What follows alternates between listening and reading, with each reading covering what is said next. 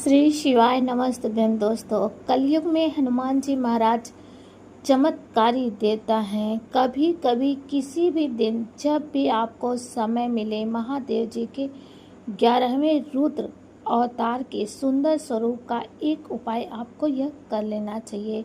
आप जानते होंगे, गुरु जी समय समय पर अपनी किताबों के माध्यम से, अपनी वीडियो में के माध्यम से, अपनी कथाओं में कई तरह के उपाय बताते हैं। सरलतम तरीके से आपको बताने जा रहे हैं, समझाने का प्रयत्न करेंगे तो ध्यान से सुनिएगा। सबसे पहला तो दीपक का ही उपाय है, क्योंकि दीपक हमेशा हमारी पूजा का साक्षी है और हमेशा सरल और श्रेष्ठ भी माना जाता है। तो आप सभी यह छोटा सा उपाय जरूर करना चाहिए। जी हाँ, दीप दान का बहुत महत्व है और अपने आप में यह दीपक का उपाय आपको बहुत सफलता की प्राप्ति कराएगा। आपको लगता है कि आपके बच्चे चिड़चिड़े हैं, पति चिड़चिड़े हैं, क्रोध अधिक करते हैं, गलत संगत में हैं, धूम्रपान करते हैं, मानते नहीं हैं, हर स्वरूप में आप परेशान हो गए हैं, प्रतियोगिता परीक्षा में सफल नहीं हो रहे हैं, दुर्घटनाएं बार बार होती रहती हैं, कोई जगह कई बार तो ऐसा होता है कि पढ़ाई में बिल्कुल भी मन नहीं लगता, भाग्य हमेशा साथ देता ही नहीं, स्वयं आप भी दवाइयाँ खाकर दिन की शुरुआत करते हैं। तो पूज्य गुरु जी का बताया हुआ सरल सा उपाय है। कोई ज़्यादा पैसा नहीं लगना। शरीर से आपको एक धागा लाल रंग का नाप लेना है। जी हाँ, ले सकते हैं काला, नीला, पीला, सफ़ेद, कोई सा भी धागा, कच्चा सूत। आपको सर से लेकर पैर तक संतान उत्पाद की दिक्कत में भी यह उपाय किया जाता है, चमत्कारी है। तो आपको सर से लेकर पैर तक धागे को आप नाप लेना। धागे को आपको एक बत्ती स्वरूप बना देना है। जी हाँ, आटे का दीपक ले सकते हैं, मिट्टी का भी दीपक ले सकते हैं। अब सर से लेकर पैर तक जो धागा नाप लेंगे तो वह अपने आप ही उसमें सारी चीज़ें समाहित हो जाएंगी। आपने दीप दान किया होगा, सुना होगा, जिसकी हारी बीमारी ज़्यादा सभी परेशानी होती है, वह व्यक्ति तुला दान करते हैं। शरीर के बराबर नाप लेकर बराबर वस्तुओं का दान किया जाता है। तो वही सरल सी प्रक्रिया सबके दृष्टि स्वरूप है। सर से लेकर पैर तक आपको नाप लेना है एक धागा। विवाह में अड़चने आ रही हैं, अड़चने दूर हो जाएंगी। आप इस उपाय के लिए हनुमान जी महाराज का स्मरण करें, महादेव जी का ध्यान करें, 12 शिवलिंग का स्मरण करें, काशी विश्वनाथ भगवान का ध्यान करें और धातोश्वर महाराज जी का भी नाम स्मरण कर लीजिएगा। सर से लेकर पैर तक आपको इस धागे को नाप लेना है और इसे लेकर चले जाना है पीपल पेड़ के नीचे। जी हाँ, पीपल पेड़ के नीचे आपको दीपक रखना है। चाहे तो सरसों का तेल प्रयोग करें, चाहे तो तिल का तेल प्रयोग करें, चाहे तो घी का प्रयोग करें, इच्छा आपकी है। श्री शिवाय नमस्तुभ्यं कहकर हनुमान जी का ध्यान करके और मैंने जो प्रथम में आपको देवताओं का स्मरण बताया उसका स्मरण करके किसी भी दिन, शनिवार, मंगलवार, सोमवार, जब भी आपको समय मिले, मनोकामना के लिए अमावस्या तिथि पर भी आप इसे प्रज्वलित कर सकते हैं। जी हाँ, अब अपने आप ही आप शरीर में, अपने जीवन में जो ग्रहों है, दशा है, शनि, राहु, पितृदेव से दोष से मुक्त कराता है। इसे करने में कोई दिक्कत नहीं है। अगर ये प्रैक्टिकल कर लिया जाए तो कोई पैसा समय तो लगना नहीं है। छोटे बच्चों से लेकर बड़े व्यक्ति तक एक परेशानी समाधान के लिए, किसी भी परेशानी समाधान के लिए किया जा सकता है ये उपाय। तो आप सभी को करना है यह उपाय। चाहे तो आप आज करें, चाहे तो आप कल करें, इच्छा आपकी है। आपको नाप लेना है धागा और इसे लेकर पीपल वृक्ष की जड़ में प्रज्वलित करके आ जाइए। पूर्व या उत्तर दिशा की ओर मुख करके इस बात का ध्यान रखिए, दीपक का यह पहला उपाय मैंने आपको बता दिया है। अब बढ़ते हैं दूसरे उपाय की तरफ। यह उपाय काफ़ी सरल है और आपके घर के मंदिर में किया जा सकता है। कोई कठिन नहीं है और कोई जो है इसमें परेशानी की बात नहीं है। चाहे तो किसी मंगलवार शनिवार कर सकते हैं शुरू, या फिर किसी भी दिन शुरू कर सकते हैं। कलयुग में हनुमान जी चमत्कारी देवता हैं और भाग्य की रेखाओं को प्रबल करते हैं। अपने घर के मंदिर में आपको एक जल का लोटा लेकर जल के लोटे में आपको 1 रुपए का सिक्का डाल देना है और 1 लौंग डाल देना है।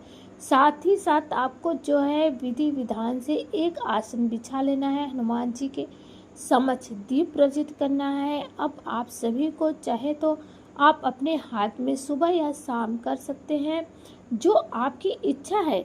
ओम नमो हनुमंते रुद्र अवताराय सर्व शत्रु संहारे सर्व रोग सहाय सर्व वशीकर राणे राम दुलारे स्वम।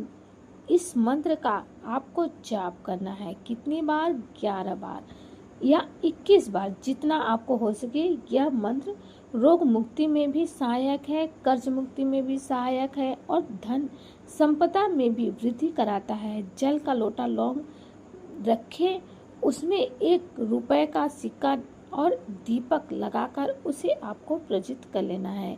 और अपने हाथ में आपको थोड़ा सा जो लेना है, थोड़ा सा तिल लेना है और आपको अपने हाथ में लेकर और जो मैंने मंत्र बताया उस मंत्र का जाप करना है। और छोटा सा एक जो है दीपक प्रज्वलित कर लीजिए और उसमें यह चीज़ जरूर डाल दीजिए। 11 या 21 बार इस मंत्र का जाप करते हुए छोटी सी अग्नि प्रज्वलित करके उसमें सभी चीज़ें डाल दीजिए। हाथ में जौ और तिल आपको लेना है। कितना सरल उपाय है। घर में बैठकर आप प्रतियोगिता परीक्षा की तैयारी के लिए कर सकते हैं। विवाह की बात बनाएं, सरकारी नौकरी के लिए कोई भी कार्य आप मनोकामना कह सकते हैं। सरल से मंत्र का 11 या 21 बार लगातार 21 दिन अपने घर के मंदिर में जाप कर लेते हैं तो आप इन दोनों उपाय को एक साथ भी कर सकते हैं। तो दोस्तों 2 उपाय हो गए। अब बात कर लेते हैं तीसरे उपाय की।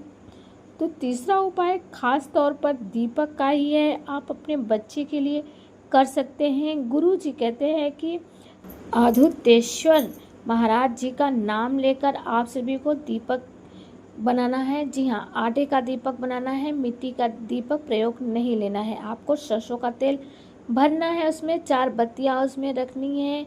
होतेश्वर महाराज जी की जय करते हुए व्यक्ति के ऊपर से 21 बार उतारा करके जो छोटे बच्चे जो से लेकर बड़े बूढ़े व्यक्ति जो रोगी हैं, कष्ट कर्ज में हैं, चिड़चिड़े प्रवृत्त है, स्वरूप में परेशान है, तो उनके ऊपर से आप सभी को जो है यह उतारा कर लेना है। आटे के दीपक का होतेश्वर महाराज जी का नाम लेकर महादेव जी के मंदिर की चौखट पर अर्थात दरवाजे पर वहां पर इस दीपक को प्रज्वलित कर देना है।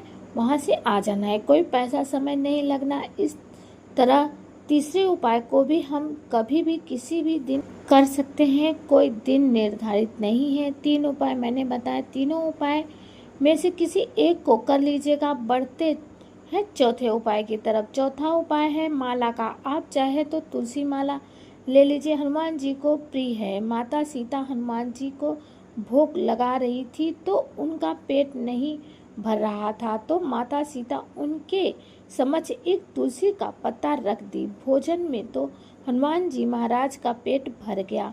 तभी से हनुमान जी महाराज को तुलसी बहुत प्रिय है। तो तुलसी की 108 जो पत्तियां हैं उसकी माला नारंगी रंग के धागे में पिरोकर आप पत्तियों में जय श्री राम लिखकर हनुमान जी के गले में धारण करा सकते हैं। इससे तो 108 पीपल के पत्ते ले सकते हैं। इन पत्तों से माला बनाकर हनुमान जी के गले में आप माला धारण कर सकते हैं। गुरुजी कहते हैं आप 107 पत्तों में जय श्री राम लिखना और एक पत्ते को आपको छोड़ देना है, कुछ भी नहीं लिखना। उसमें सिर्फ अपनी मनोकामना बोलनी है।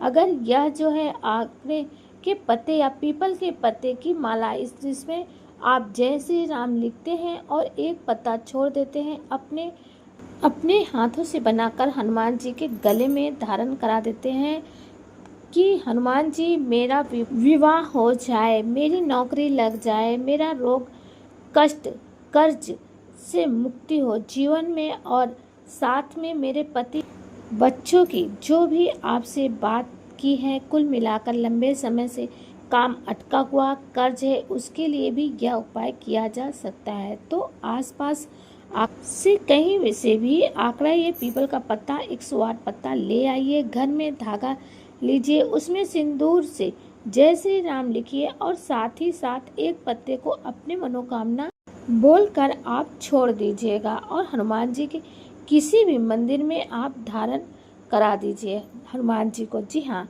फिर देखिए हनुमान जी का ये चमत्कारी उपाय आप सभी की सारी मनोकामनाएं जरूर से जरूर पूरी होंगी। तो दोस्तों, बहुत ही सरल सा उपाय है, पैसा समय कुछ लगना नहीं है। आप सभी को इन उपायों में से किसी भी एक उपाय को जरूर करना चाहिए।